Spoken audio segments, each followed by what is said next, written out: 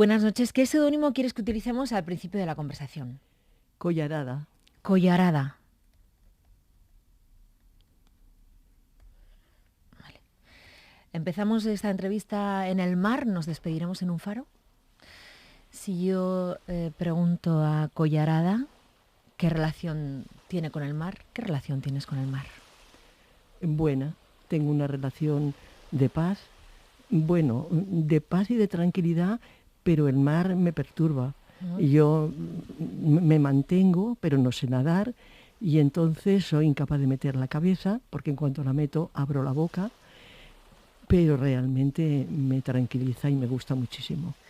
Tú naces en Sigüenza, eres una mujer. ¿Dónde naces? Llevas razón en cierta medida. Nazco en Zaragoza, pero toda mi familia, tanto por parte de madre como de padre, vienen de Sigüenza. Vienen de Sigüenza. Tierra adentro, en todo caso. Totalmente. ¿Recordarías la primera vez que viste el mar? ¿O sí. quién te llevó? O... Sí, perfectamente. Mi madre era viuda, yo nací después de morir mi padre. Entonces, a los 5 años o 4, no te lo puedo asegurar, nos llevó a mi hermano y a mí con un matrimonio amigo a San Sebastián. Y realmente lo que yo recuerdo de San Sebastián es que yo me ahogué en San Sebastián.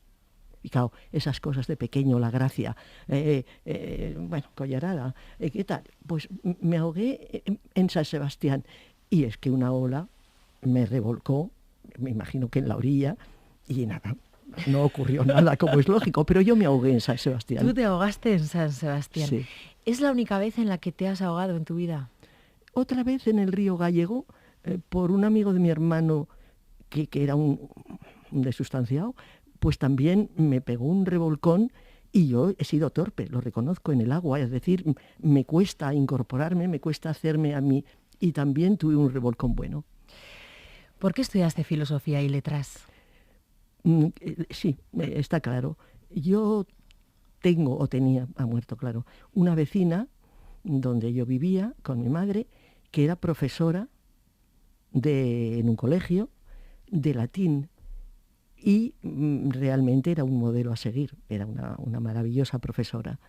Y entonces elegí la carrera que ella había hecho, que era filosofía y letras. También te voy a decir una cosa, a mí las letras se me daban bien, relativamente bien, para los números he sido muy torpe. Decías al principio de la entrevista, cuando hablamos de Sigüenza y Zaragoza, que tu familia era de Sigüenza, que tu madre era viuda, un padre notario. ¿Nunca pensaste en estudiar notarías? Nunca, jamás. ¿Ni tu madre te dijo, vete por este camino? ¿Nunca? No, nunca. A quien se lo tenía con mucha discreción, porque me eduqué con unas mujeres muy discretas, a mi hermano. Mi madre guardó durante casi toda su vida todos los libros de mi padre y hasta la máquina de escribir. Y mi hermano, hoy día, bueno, ahora está jubilado, terminó siendo notario, pero no inició su carrera como notario.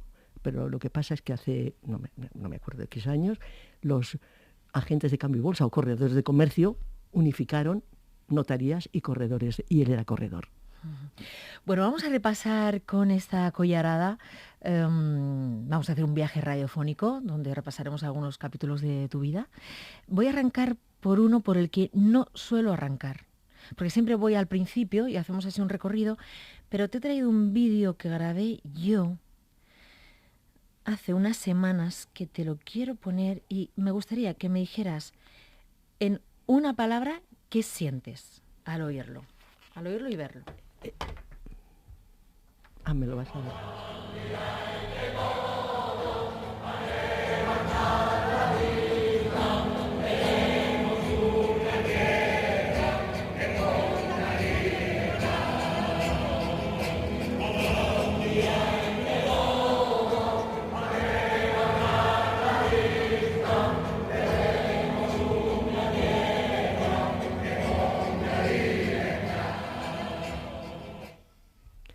Emoción, siempre emoción, pero sobre todo cuando esta canción, hay gente que dice himno, está cantado reivindicando algo. No sé si lo que tú me has enseñado es de la sanidad. Sí, de la manifestación por la sanidad pública. Por la sanidad, y me duele muchísimo. Es que no quiero continuar porque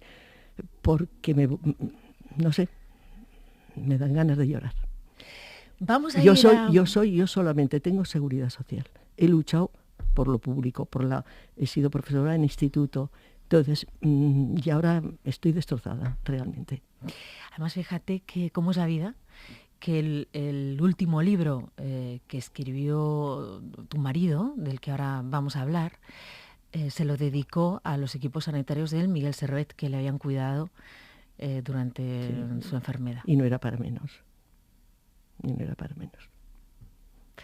Bueno, vamos a cuando tienes 19 años y ahora enseguida vemos quién está detrás de esta collarada. ¿Qué pasa cuando conoces a este chico que te dice unos versos de Neruda, que además incluyen algo relacionado con un notario y que inmediatamente después dice algo así, o él piensa algo así como, yo con esta mujer voy a terminar mis días?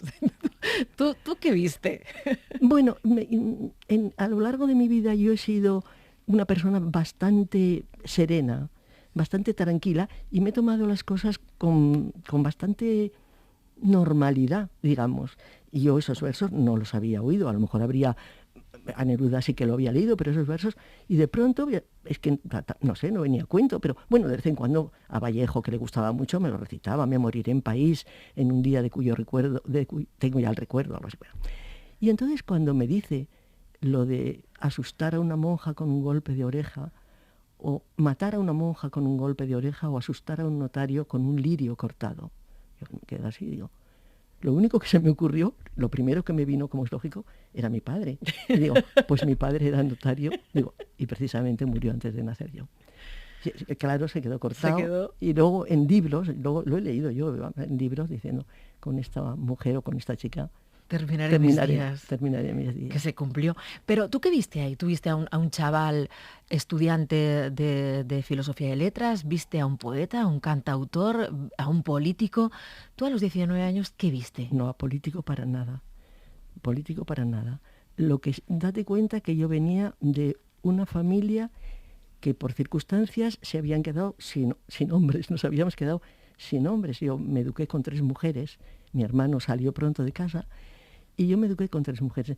Entonces, el mundo masculino, realmente yo no lo conocía demasiado. Y cuando fui a la facultad, para mí fue un despertar, indiscutiblemente. Yo fui al instituto, pero era de chicas, y luego en la facultad, bueno, pues éramos chicos y chicas, y entonces yo me metí en teatro, me gustaba mucho. Y es allí donde conocí a José Antonio. Y yo creo que era especial, sinceramente. Era un hombre que transmitía, que tenía empatía, que tenía sobre todo, porque él cuando llegó a la facultad es mayor que yo, bueno, era 4 años, porque él había empezado Derecho. Derecho, sí. Entonces, cuando llegó a la facultad, con su hermano Miguel, el poeta Miguel Labordeta, lo que él dice siempre, yo tenía su biblioteca a mi disposición, entonces es que él había leído todo. Y a la Facultad de Letras iba poquito, o sea que yo lo conocí, no de casualidad, porque nos conocimos haciendo teatro. ¿Y que tenía carisma? Sin quererlo, yo creo que sí. Era donde estaba él, aglutinaba a gente, siempre aglutinaba a gente. Y entonces, bueno, claro, mis nietas me dicen, pero si era feo, digo, bueno, yo no lo veía feo, ¿qué quieres que te diga? Pero si me dices, ¿qué te cautiva de José Antonio? Pues su mirada, yo creo que tenía una mirada muy bonita y muy penetrante, su voz, y luego ya cuando lo conocí, su manera de rozar, de tocar, tenía una delicadeza enorme. Uh-huh. Parecía más brusco y sin embargo era muy delicado. Uh-huh. ¿Por qué Juana de Grandes se ha puesto Collarada de seudónimo? Mira, pues me he puesto Collarada porque José Antonio, de las cosas que más quería geográficamente era el Pirineo. Y tenemos una casa en Villanúa, es un pueblecito que está muy cerca de Canfrán Estación. Y lo primero que veo al abrir la ventana de mi dormitorio, que es donde José Antonio componía cantidad de cosas, la mayoría, lo primero que veo es Collarada. O sea, no me lo impide nada. No hay árboles, lo primero que veo es el monte Collarada. Como si fuera tu mar. Sí, como quien abre la ventana y del mar tú ves Collarada. Es Collarada, Collarada y Collaradeta, o sea, la grande y la pequeña. Casi todo el verano siguen teniendo los neveros, Bueno, este verano, por ejemplo, no ha habido. Ha sido tan caluroso Ya. que no ha habido neveros. ¿Cómo estaría la Bordeta con esto del cambio climático? Sí. Diciendo, ya lo había ya. dicho tanta gente antes. Mm. Han pasado 12 años desde la muerte Sí. de José Antonio Labordeta.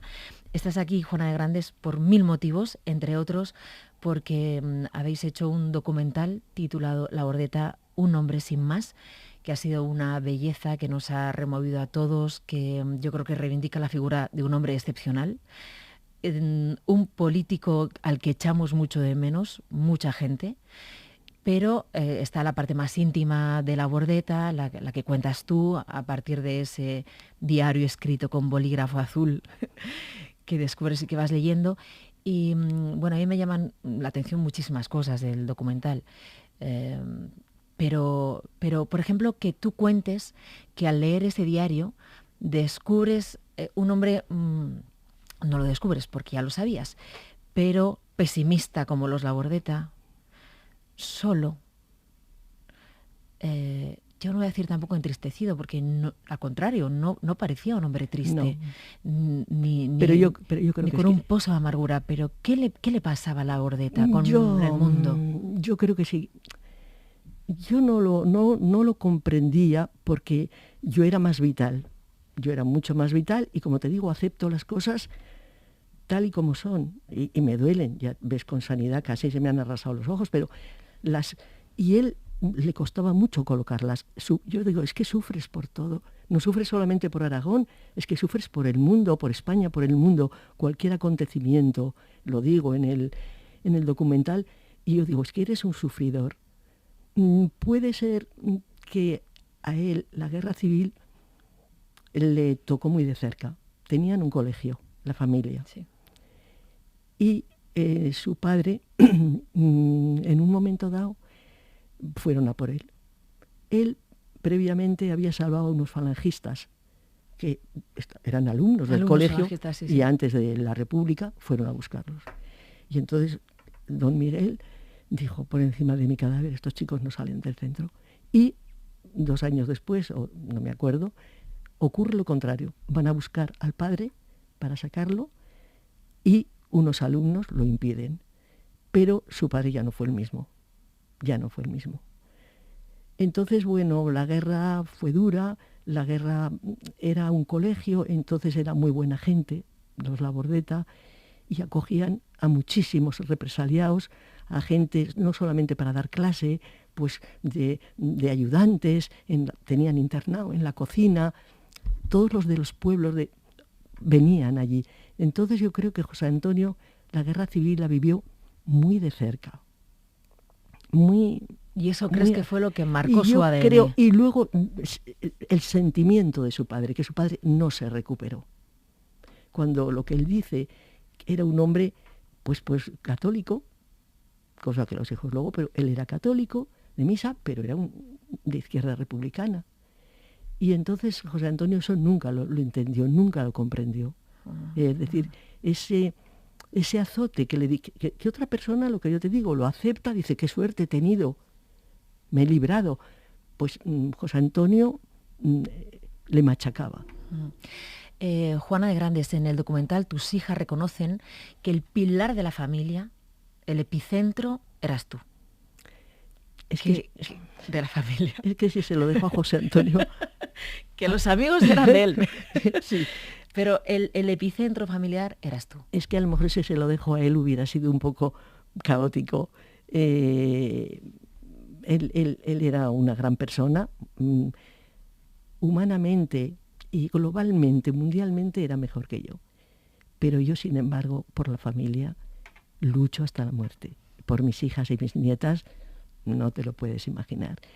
Entonces, sin embargo, él era como mucho más desprendido hacia la familia y para los amigos o los que necesitaban, pues si un músico había perdido el contrabajo.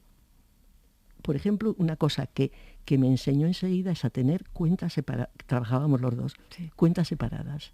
Y yo entendí enseguida el porqué. Porque éramos diferentes y hubiéramos llegado a discutir. Así yo lo acepté y él con el dinero ponía para la casa igual que yo, ¿no? pero con el dinero que les hacía lo que quería. Que si ahora no se estropea el contrabajo, se lo le compra. compro. Que tengo que montar un concierto en un pueblo para sí, 4 que tengo músicos, lo monto. que tengo un chico poeta que está empezando y quiere tal, le pago. Que vienen pobres a Zaragoza de otra ciudad, pues les pago la comida. Y yo ahí a lo mejor no hubiese llegado, lo reconozco. Juana, voy a poner una canción que siempre dices que, y la familia también y los amigos, que describe a la Bordeta, ¿no? Se describe en esta canción, Ya ves. Vamos a escucharla despacio.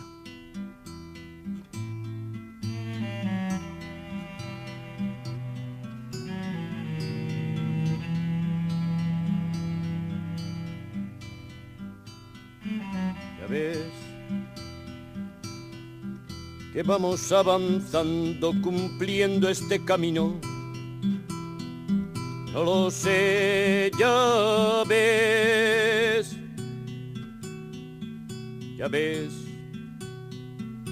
que vamos recordando, creciendo hacia el ocaso. No lo sé, ya ves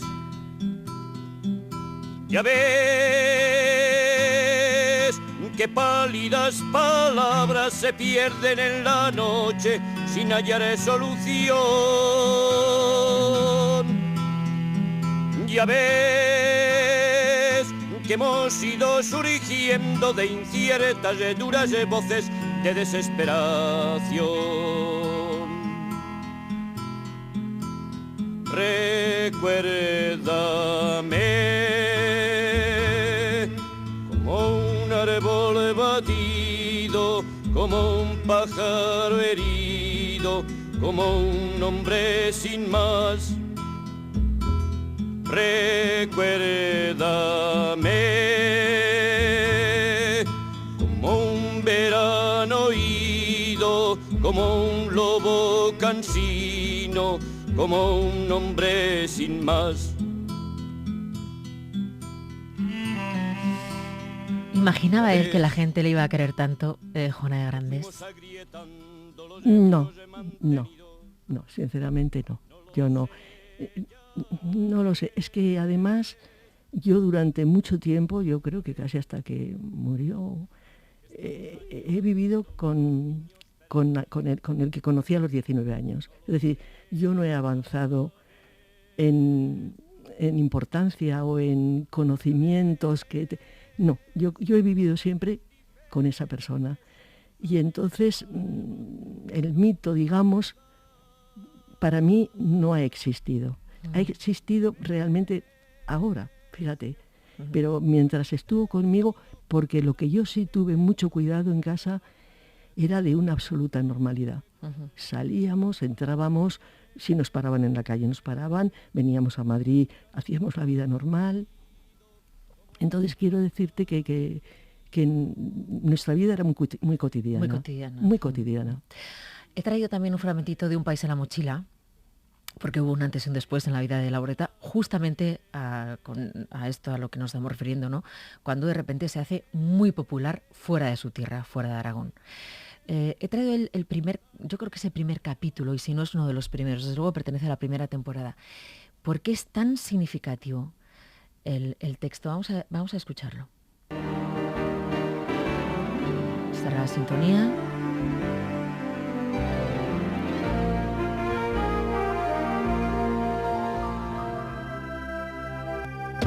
Aragón toca a poco más de 25 soledades por kilómetro cuadrado.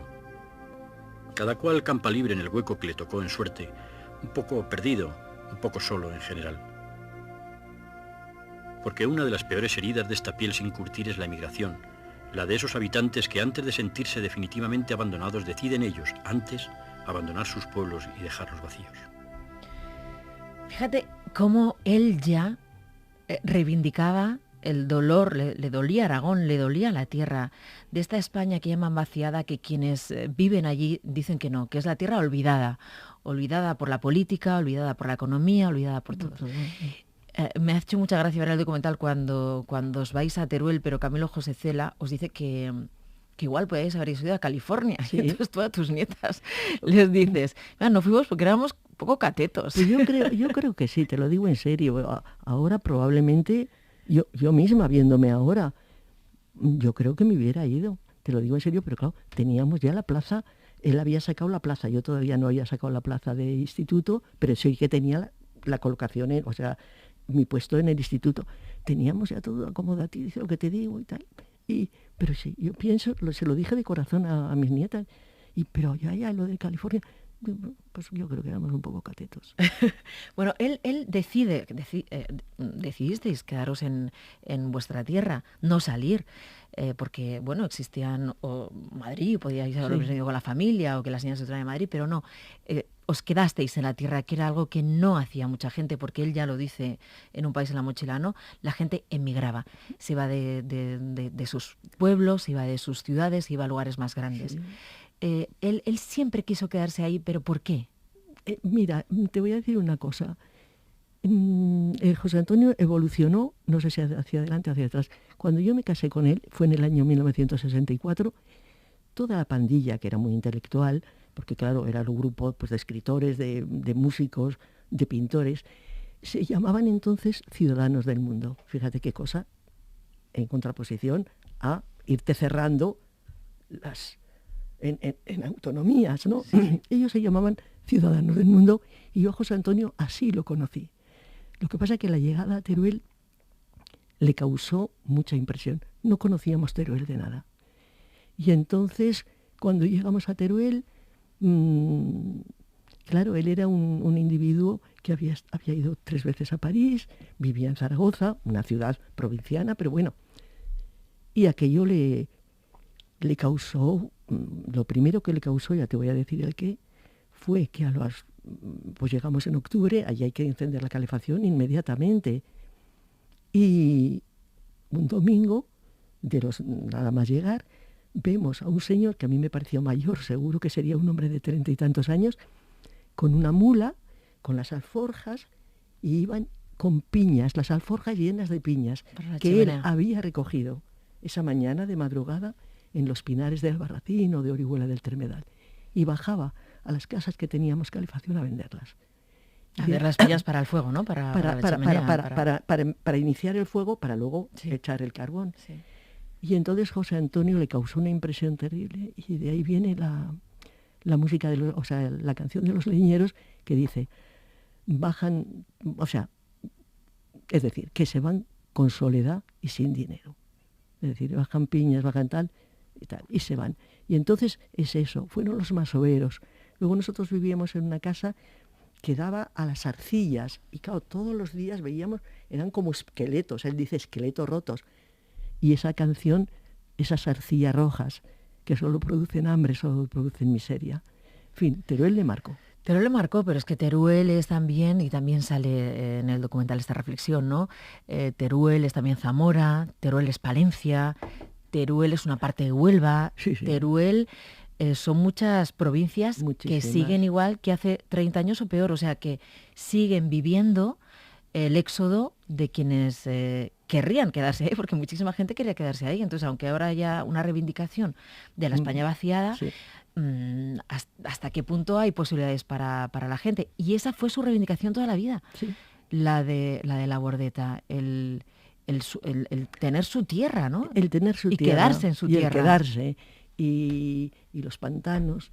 Pero los pantanos, más que por los pantanos, porque a lo mejor algo de bien hacen, era por la gente. Por esa gente que tenía que dejaba su casa, su iglesia, sus muertos. Sobre todo eso le parecía terrible. Le daban escalofríos. Siempre sintió, hacia la inmigración, siempre sintió una gran ternura. ¿Qué supuso para él hacer Un país en la mochila? Mira, supuso un momento estupendo para él, porque es cuando empezaron a surgir grupos muy importantes, con unos nombres, los títulos que eran maravillosos, El último de la fila y tal, que eran, yo decía siempre, lo más bonito son cómo se llaman. Me encantaba. Y bueno, y Sabina, y Miguel Ríos, tal. Y entonces la canción de autor, digamos, la que entendíamos más o menos reivindicativa, cayó en desuso. Entonces él pasó baches, pasó muchos a lo largo de su vida. Y entonces le ofrecieron lo del País en la mochila, porque él había hecho un corto de la obra de Camilo José Cela del Miño al Bidasoa. No sé por qué lo cogerían, pues bueno, lo cogieron. Y él hacía todo, ¿no, Juana? O sea, él leía el texto, era el lector, claro, es muy bonito. Off, todo. Lo que le ofertaron en Un País en la mochila fue muy bonito, porque era el dueño de sí. Es decir, él hacía las voces en off, que las tengo todas guardadas, a mí es lo que más me gustaba. Él hacía el guión, él elegía normalmente los sitios, más o menos, siempre el primero, por supuesto, lo eligió él, que fue Teruel. Y claro, y recorría los caminos. Y un poco, como tenía esa empatía con la gente no decía que no a nada. Y bueno, lo pasó bien. Y empezó la gente a quererle muchísimo. Fue lo que le puso sobre el mapa, mira, vamos. Se hizo popularísimo. Hay una ¿no? anécdota que haciendo Un País en la mochila, a veces también hacía recitales. Y entonces hizo un recital en uno de esos entreactos, digamos, y una mujer le dice, mira qué majo, ¿eh? Ahora que te haces famoso te pones a cantar. Y José Antonio se decía, la gente no se entera de nada. Qué buena esa anécdota. Es muy buena. Tengo otra que sale en el documental, que bueno, la conversación con tus hijas es muy preciosa. Bonita. Con tus nietas también, que por cierto son mellizas. Tus son nietas mellizas. No se parecen en nada. Bueno, no tienen por qué, claro, no siendo mellizas, claro. Pero alguna vez en alguna entrevista dijo, es que ni siquiera parecen hermanas. Nada, decíamos bueno, que... Sí, que ni vecinas, que ni vecinas. Sí. La conversación con tus hijas es muy, muy bonita, porque ellas también se muestran como hijas de Labordeta, ¿no? Como hijas de Juana y también de José Antonio Labordeta. Y hay una parte en la que tu hija cuenta el famoso episodio de la mierda, que ha marcado también la trayectoria de Labordeta. Vamos a escucharlo un momento, ocurre en el Congreso. Pero hombre, yo voy tranquilamente, pero ¿no puedo uno hablar aquí o qué? Coño, que a ver si no puedo uno hablar aquí. A la mierda, joder. Estoy hablando con el ministro y no con ustedes. Estoy hablando con el ministro y no con ustedes. Ustedes están habituados a hablar siempre porque aquí han controlado el poder ustedes toda la vida. Y ahora les fastidia que vengamos aquí las gentes que hemos estado torturados y roturados por la dictadura a poder hablar. Eso es lo que les jode a ustedes. Coño, y es verdad, joder. A la mierda. Pues cuenta tu hija que él llegó a casa y se acostó, ¿no? Entiendo. Y por la mañana en el metro la gente le levantaba el dedo pulgar en señal de, oye, qué bien, ¿no? Lo que has hecho. Esto también fue un punto de inflexión total en la vida de José Antonio Labordeta, ¿no? Sí. Tuvo la cara y la cruz. En un principio hubo todas estas manifestaciones, como diciendo, has hecho lo que tenías que hacer. Has dicho en el Congreso, de repente no has hecho, has dicho lo que mucha gente piensa. Lo que ¿no? mucha gente piensa. Pero luego, con la mayoría de Aznar, fue duro. La realidad es que ahí lo pasó mal. José Antonio lo pasó mal.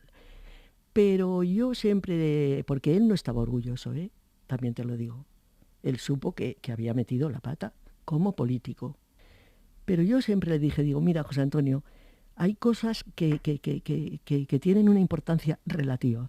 La palabra mierda, yo no la voy a reivindicar, pero hasta puede ser, según en qué momento, limpia. Tú has mandado a la mierda, pero lo que ellos han hecho por lo bajo, esa situación ruin de estar comiéndote la hierba, no dejándote hablar, a mí eso sí que me parece que yo no estaría orgullosa de ser la mujer de esos parlamentarios.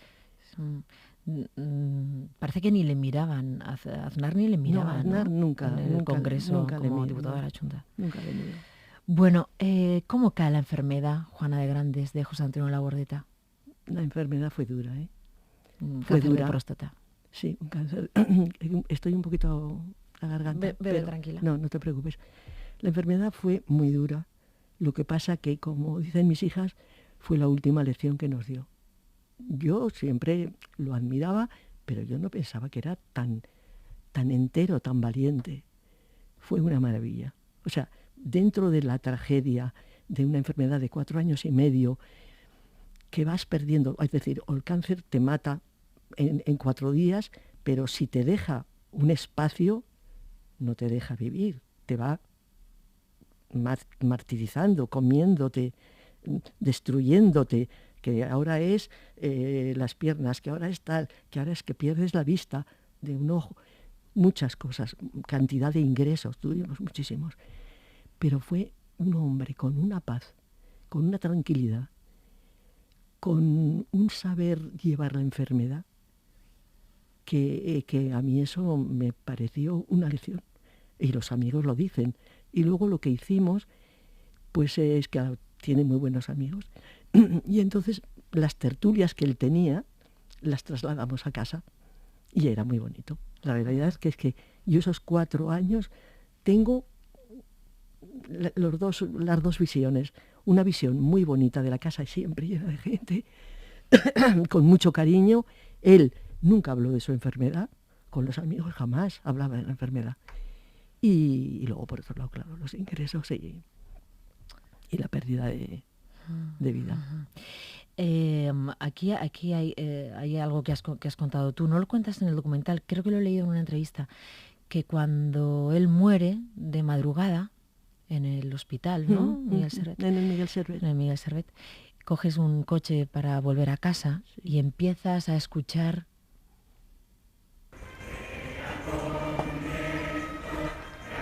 la gente en la calle, en los bares cantando.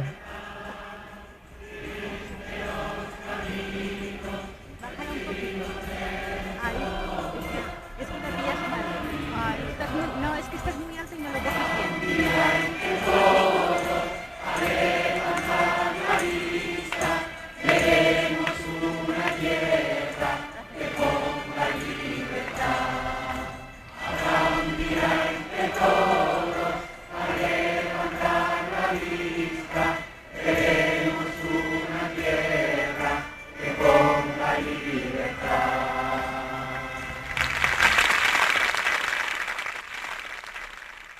Pues sí, así fue.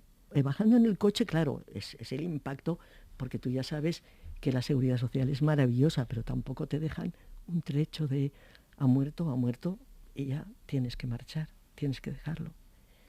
Y entonces íbamos mis hijas y yo, cogemos un taxi, y entonces en Zaragoza, era Zaragoza, porque hacía calor, los bares abiertos, toda la Gran Vía, todo el camino, y yo no decía nada, yo decía, lo oigo, no lo oigo, me estoy volviendo loca, pero cuando llego a mi casa, por el patio, es una casa que tiene 3 patios, por circunstancias, pero bueno, tiene 3 patios.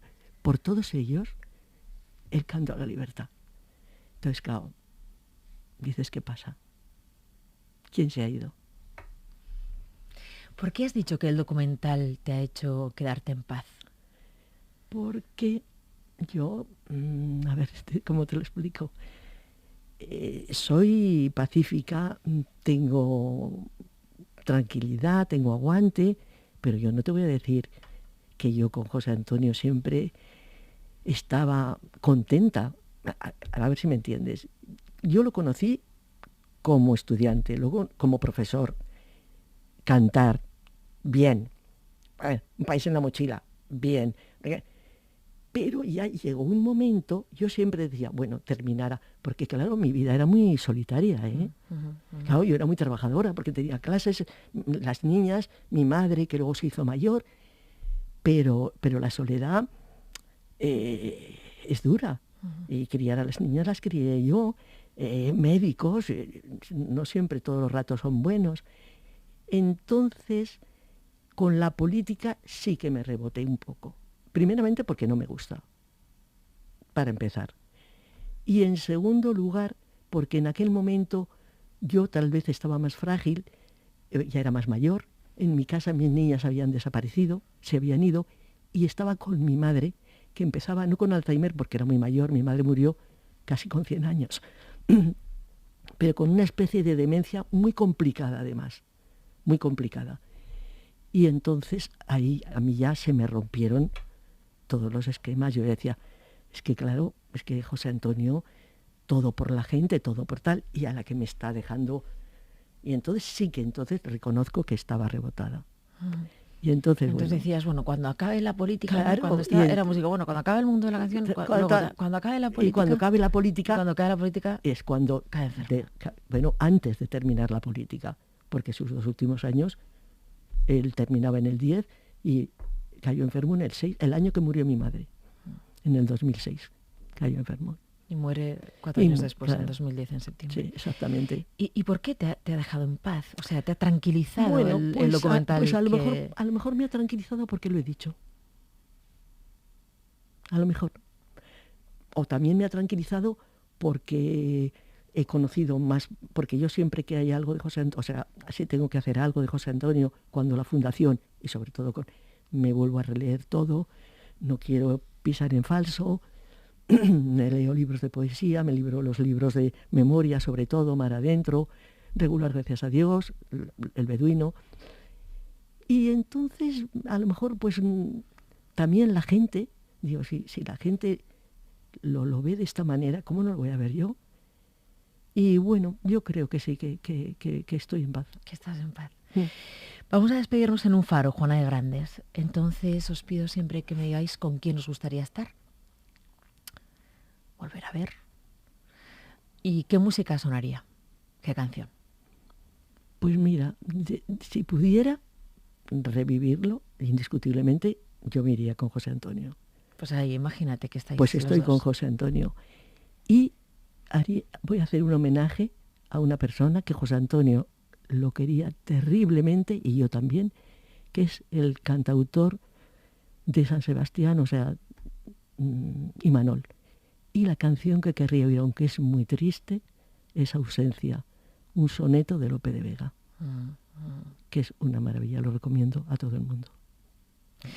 Juana de Grandes, ha sido un placer esta conversación, te agradecemos muchísimo. Te agradezco mucho que hayas venido aquí a conversar a la luz del faro Pues, y a reivindicar a La Bordeta y hablar de este documental Un hombre sin más, que es una belleza. muchísimas gracias a ti. Buenas noches.